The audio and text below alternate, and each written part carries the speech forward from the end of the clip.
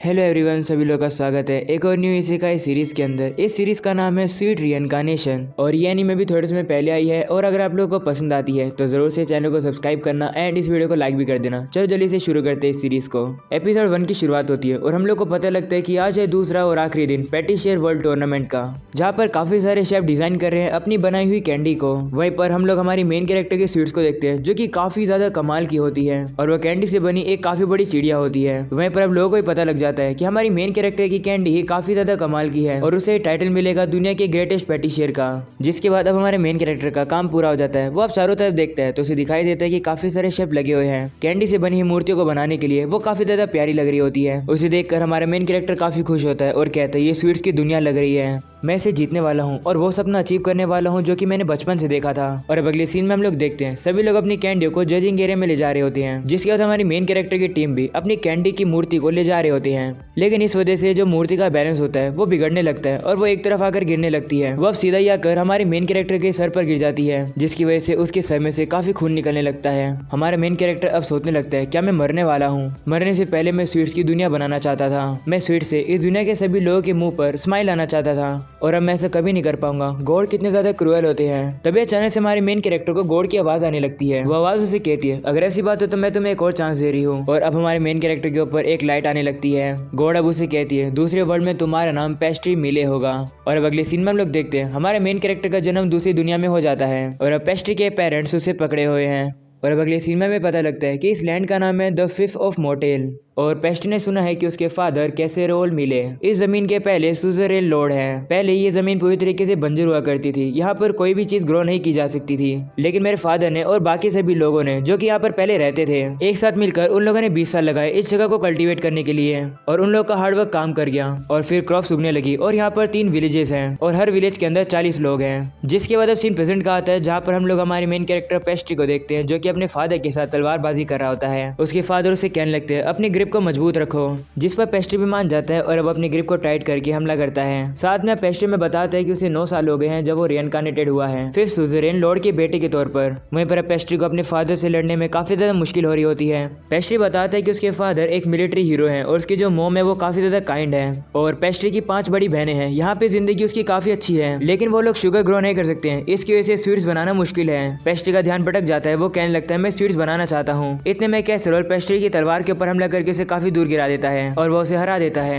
तभी हम लोग देखते हैं वहाँ पर हेड रिटेनर फ्यूले आ जाता है जो कि उनसे कहता है ब्रेकफास्ट करने का समय हो गया है। ये सुनकर कैसरोल पेस्ट्री से कहता है चलो आज के लिए हम लोग इतना ही रखते हैं। तो पेस्ट्री भी मान जाता है और कहते हैं शुक्रिया। और अब फ्यूले कैसरोल से कहता है मेरे पास एक अच्छी न्यूज है और एक बुरी न्यूज है, कौन सी पहले सुनना चाहोगे? तो कैसरोल कहता है सुनी तो दोनों ही है, पहले अच्छी खबर सुना दो। तो फ्यूले अब अच्छी खबर बताता है जो कि होता है बीन फील्ड के बारे में। वो बताता है कि इस साल बीन्स काफी अच्छे हार्वेस्ट होंगे और ये बिल्कुल वैसा ही हुआ जैसा पेस्ट्री ने कहा था। तो हमें पता लगता है कि पेस्ट्री ने उन्हें बताया था कि अगर वो लोग सॉइल के ऊपर लाइम को स्प्रिंकल करेंगे तो क्रॉप फील्ड काफी इंप्रूव हो जाएगी और ऐसा ही हुआ। और ये एडवाइस उन लोगों को पेस्ट्री ने अपनी पास्ट नॉलेज की वजह से दी है। कैसरोल पेस्ट्री से कहने लगता है कि आखिरकार तुम्हें ये सब कैसे पता है? वहीं पेस्ट्री घबरा जाता है और बात को बदल देता है और वो मन में कहता है मैं लोगों को बता थोड़ सकता हूँ कि मैं रिइंकार्नेटेड हुआ हूँ। वहीं पर फ्यूले पेस्ट्री से कहता है कि तुम्हारी एडवाइस काफी अच्छी थी, तुम्हें काफी अच्छे सुजरेन बनोगे। जिसके बाद अब कैसरोल फ्यूले से कहता है बुरी खबर क्या है? तो फ्यूले बताता है काउंटी में गुंडों को खत्म करने का प्लान फेल हो गया है। वो लोग वहाँ से भाग कर अब इसी तरफ आ रहे हैं और वो कम से कम 50 गुंडे हैं। ये सुनकर पेस्ट्री कहते हैं अगर गुंडे यहाँ पर आ जाएंगे तो वो हमारी क्रॉप्स को खराब कर देंगे। हम लोगों ने काफी ज्यादा मेहनत करके ये सब उगाया है। और अब फ्यूले बताते हैं कि वो गुंडे कम से कम 2 महीने में यहाँ पर पहुंच जाएंगे। हमारे पास एक ही ऑप्शन है कि हम लोग सारे विलेजर्स को इकट्ठा करेंगे और पाइक्स के जरिए उन गुंडों को भगाने की कोशिश करेंगे। वहीं पेस्ट्री कहते हैं अगर हम लोग सारे विलेजर्स के लड़कों को लें तो सिर्फ 30 होंगे। 30 तो काफी ज्यादा कम होंगे उन गुंडों को रोकने के लिए। हमारा हारना तो तय है। वहीं कैसरोल कहता है कि हम लोग तो काउंट रेटे से भी मदद नहीं ले सकते हैं क्योंकि अगर हमने उन गुंडों को हरा दिया जिन्हें वो नहीं हरा पाए, इससे ये प्रूव हो जाएगा कि काउंट किसी काम की नहीं है, इसलिए हम लोग को उनसे कोई भी मदद नहीं मिलने वाली है। वहीं पर अब पेस्ट्री भी सोच रहा होता है कि ये इजी फाइट नहीं होने वाली है लेकिन मैं क्रॉप्स को खराब नहीं होने दे सकता हूँ अगर मुझे स्वीट्स बनानी है तो। वहीं पर फ्यूले पेस्ट्री को देखता है कि पेस्ट्री तो काफी ज्यादा सीरियस खड़ा है। फ्यूले अब कहता है कि पेस्ट्री काफी अच्छा लॉर्ड बनेगा। वहीं पर अब पेस्ट्री कहने लगता है जो भी मेरे ड्रीम के बीच में आएगा, मेरा ड्रीम है स्वीट्स की दुनिया बनाना, जो भी बीच में आएगा वो पछताएगा। तभी फ्यूले कहने लगता है कि हम लोग ये गैम्बल कर सकते हैं। ये चीज मेरी इंस्टेंट कैरी है, लेकिन क्यों ना हम लोग पेस्ट्री को अपने ट्रम्प कार्ड के तौर पर यूज करें। अगर ये काम कर गया तो काफी यूजफुल होगा। ये सुनकर कैसरोल कहते हैं, हाँ तुम सही कह रहे हो, हम लोग को सैंक्टिफिकेशन सेरेमनी करनी होगी। और अब अगले सीन में हम लोग देखते हैं कैसरोल पेस्ट्री की मॉम और बहन को बताता है कि मैं पेस्ट्री का सैंक्टिफिकेशन सेरेमनी करने वाला हूँ। ये सुनकर पेस्ट्री की मॉम एग्नेस कहती है, ये तो काफी जल्दी है। तो कैसरोल कहता है, चिंता मत करो, पेस्ट्री काफी ज्यादा ब्राइट है, उसकी तलवारबाजी भी ठीक है। वहीं पर पेस्ट्री मन में कहने लगता है, मुझे भी ये सेरेमनी करनी है। लेकिन मॉम थोड़ी शौक में है, क्योंकि ये सेरेमनी किसी बच्चे के 13 से लेकर 15 ईयर के बीच में की जाती है। लेकिन मेरे लिए ये थोड़ा जल्दी हो रहा है। और अब कैसरोल कहने लगता है, हम लोग यहाँ से 3 दिन बाद निकल जाएंगे, सारी तैयारियां कर लेना। तो एग्नेस भी मान जाती है और अब अपनी बेटी जोशी से कहती है कि मेरी हेल्प करो, हम लोग को पेस्ट्री को काफी अच्छे से तैयार करना होगा।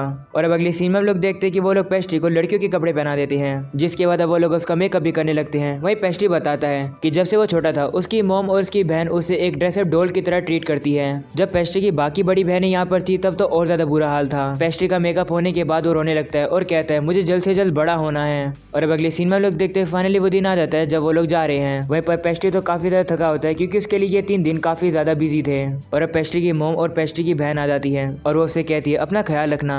और अब वहाँ पर पेस्ट्री के दोस्त मार्क, लूमी और बाकी सभी लोग भी आ जाते हैं, जो कि उससे कहते हैं एंजॉय करना अपनी ट्रिप पर। तो पेस्ट्री भी कहते हैं हाँ, जब मैं वहाँ पर पहुंचूंगा तो काफी डिलीशियस खाना खाऊंगा। ये सुनकर पेस्ट्री के दोस्त कहते हैं कि तुम हमेशा खाने की बात करते हो। वहीं अब कैसरोल फ्यूले से कहता है यहाँ का ख्याल रखना, जिस पर फ्यूले भी मान जाता है, जिसके कैसरोल अपने मैजिक का यूज करने लगता है और अब पेस्ट्री को लेकर वहाँ से टेलीपोर्ट हो जाता है। वहीं पर पेस्ट्री के दोस्त कहने लगते हैं कि लॉर्ड कैसरोल का मैजिक तो काफी ज्यादा कमाल का है। और अब अगली सीन में हम लोग देखते हैं पेस्ट्री और उसके डैड कैपिटल सिटी बोवाल्डिया में पहुंच जाते हैं। पेस्ट्री इतने सारे लोगों को और इतनी सारी चीजों को देखकर काफी एक्साइटेड हो जाता है। वो देखता है कि यहाँ पर ब्राउन शुगर होती है और काफी सारे फ्रूट्स होते हैं। वहाँ पर ऐसी भी चीजें होती है जिनको पेस्ट्री ने आज तक नहीं देखा है। तभी कैसरोल पेस्ट्री से कहते हैं अगर तुम सेरेमनी में पास हो जाओगे तो तुम्हें जो खरीदना है तुम खरीद सकते हो। ये सुनकर पेस्ट्री एक्साइटेड हो जाता है और कहता है मैं इतनी सारी चीजों में से किसको चूज करूँ। तो पेस्ट्री की नजर जाती है तो उसे पता लगता है कि वहाँ तो एप्पल्स होते हैं। वो देखकर वो कहने लगता है कि मुझे नहीं पता था कि यहाँ पर भी एग्जिस्ट करते हैं। तभी कैसरोल कहता है कि ये तो बोनकास है, इस मार्केट में ये काफी रेयर है क्योंकि ये नॉर्थ में ग्रो करते हैं, इनका टेस्ट थोड़ा सा खट्टा होता है। ये सुनकर पेस्ट्री कहते हैं अगर ये खट्टे हैं तो और भी ज्यादा चीजें बन सकती है इनसे। तो पेस्ट्री अब अपने फादर से कहते हैं घर चलने के बाद मैं बोनकास को ही ग्रो करूंगा। पेस्ट्री का इतना इंटरेस्ट देखकर कैसरोल काफी खुश होता है और वो सोचने लगता है कि पेस्ट्री एक ट्रू सुजरेन है। वहीं पेस्ट्री मन में सोचने लगता है कि वो इनसे तो एप्पल पाई बना सकता है, बेक्ड एप्पल बना सकता है, काफी सारी चीजें बना सकता है। वहीं पर कैसरोल सोचने लगता है कि पेस्ट्री बड़ा होकर एक काफी अच्छा लॉर्ड बनेगा। तो दूसरी तरफ पेस्ट्री सोच रहा होता है कि वो स्वीट्स की दुनिया बनाएगा जिसे सभी लोग खा सके। और अब अगले सीन में लोग देखते हैं वो लोग चर्च में आ जाते हैं जहाँ के फादर कैसरोल को पहले से ही जानते हैं। फादर कैसरोल से कहते हैं पिछली बार से मैंने आपके बारे में और कुछ सुना है, जैसे कि आपने पिछले साल लोगों को फ्रोस्ट से बचाया। तो कैसरोल कहते हैं वो तो मैं इसलिए कर पाया क्योंकि मेरे पास गॉड की प्रोटेक्शन है और साथ में मेरे बेटे की नॉलेज। ये सुनकर फादर कहते हैं तुम अपने साथ अपने बेटे को भी लाए हो आज। तो कैसरोल कहते हैं हाँ, मैं चाहता हूँ कि आप इसकी साइंटिफिकेशन सेरेमनी करो। ये बात सुनकर फादर काफी ज्यादा शौक हो जाते हैं और पूछते हैं क्या सच्ची में। तो कैसरोल कहते हैं हाँ, मैं चाहता हूँ कि आप इसकी ट्रू साइंटिफिकेशन करो। वहीं पर अगले सीन में हम लोग जोशी को देखते हैं जो कि फ्यूले से कहती है ट्रू साइंटिफिकेशन वही सेरेमनी होती है ना जिसमें सभी को मैजिक मिलता है। तो फ्यूले कहते हैं हाँ, ये सेरेमनी सही बच्चों को करनी पड़ती है। तो जोशी कहती है जब मेरी सेरेमनी हुई थी तो उन लोगों ने कहा था कि मेरे पास इतना मैजिक पावर नहीं है, तो इसलिए मेरी सेरेमनी हुई नहीं। मैं दुआ करती हूँ कि पेस्ट्री ठीक रहेगा। तो फ्यूले कहता है चिंता मत करो, पेस्ट्री बिल्कुल ठीक रहेगा। तो जोशी पूछती है सेरेमनी में होता क्या है। तो फ्यूले बताता है कि उसमें मेजर किया जाता है कि तुम्हारी कितनी मैजिक पावर होती है और तुम्हें कुछ नहीं करना होता है। तुम्हें एक डार्क कमरे में बंद कर दिया जाता है जहाँ पर तुम काफी घंटों तक सुन नहीं सकते और देख नहीं सकते। वहीं पर हम लोग पेस्ट्री को देखते हैं जिसे बांध दिया जाता है। तभी फादर उसके पास आते हैं और उसे एक चीज पिलाते हैं जो कि काफी कड़वी होती है। उसे पिलाने के बाद अब फादर वहाँ से चले जाते हैं और अब वहाँ पर पूरे कमरे में अंधेरा हो जाता है। फ्यूले बताते हैं कि ऐसा इसलिए किया जाता है क्योंकि मैजिक एक ग्रैंड पावर होती है जो कि एक पर्सन के अंदर हिडन होती है। उसे बाहर निकालने के लिए तुम्हें मुश्किलों का सामना करना होगा, वो भी खुद से। और अब अगले सीन में हम लोग देखते हैं एक दिन और आधा दिन बीत जाता है। कैसरोल कहने लगता है कि इस चीज में तो काफी टाइम लग रहा है। तो फादर कहते हैं चाहे कुछ भी हो अभी भी हम लोग पेस्ट्री को बाहर नहीं निकाल सकते हैं, इतना टाइम तो नहीं लगना चाहिए, आखिरकार उस बच्चे के अंदर कितनी पावर छुपी हुई है।